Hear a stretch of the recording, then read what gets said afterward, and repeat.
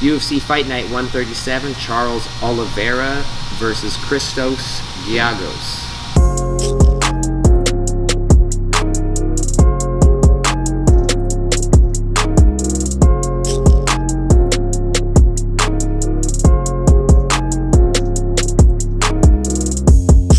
Charles Oliveira is up here on his feet. He's nice and low with his stance. The second he sees Christos extend with that, he's just entering in, knocking him down as he's blocking the knee, controlling the hip.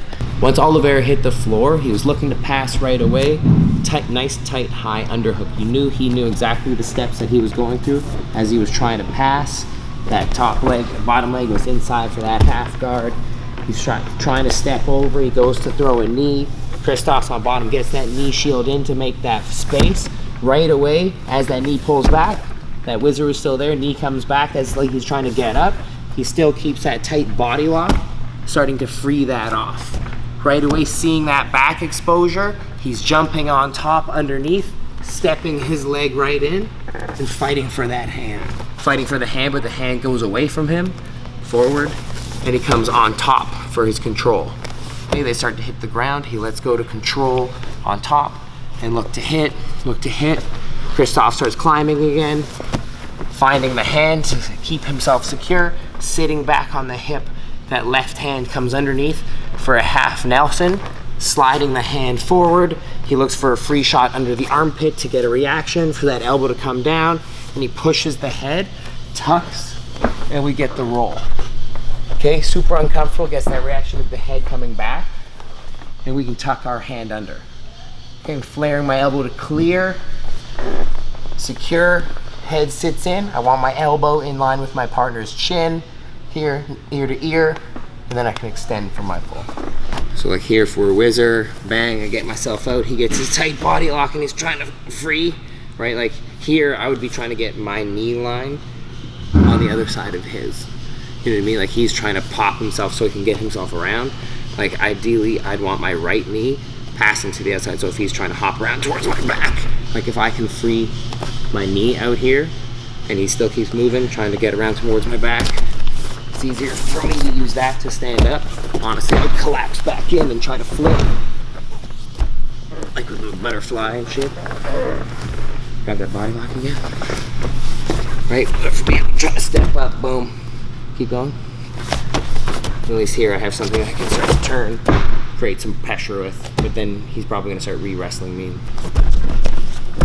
For here, if I just find like I need to get my elbow line back in, so over here, if I can get my elbow in, but if his grip's nice and tight, I'd have to start breaking my posture and my position before I can get to a 2-on-1. So he starts moving again. It's much easier for me to create my distance and be able to get a little bit of separation and movement to be able to get my elbow line back in or the knee line back in to create a frame.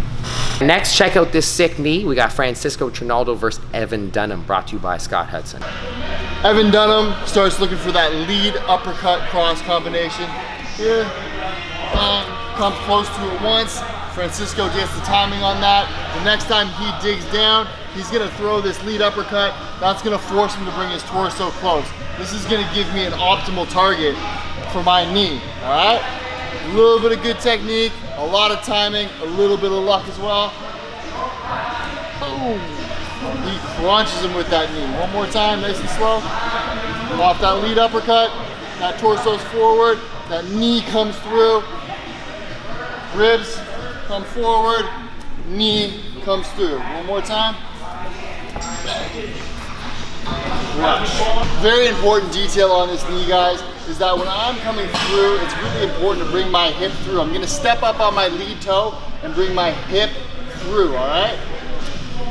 If I leave my hip behind, I'm gonna get hit with these combinations that I'm trying to avoid. If I'm just lazy with my knee, he's gonna throw these combinations and he's gonna push me back on one foot, all right? But if I can bring my hip through, my head comes back a little bit, I keep a nice high guard, and it doesn't even matter if he reaches on that punch, I'm gonna be able to get through on that knee. One more time, guys.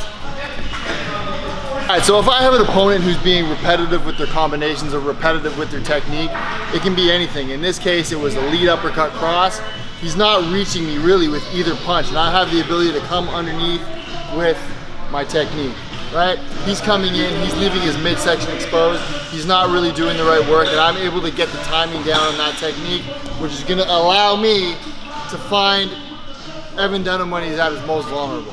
So it's very important to diversify your attack, which means I don't want to repetitively throw the same combination over and over again, right? My opponent's gonna get my timing down, he's gonna see that I'm being repetitive with that combination, and he's gonna find a way to make me pay for it. That's what professionals do.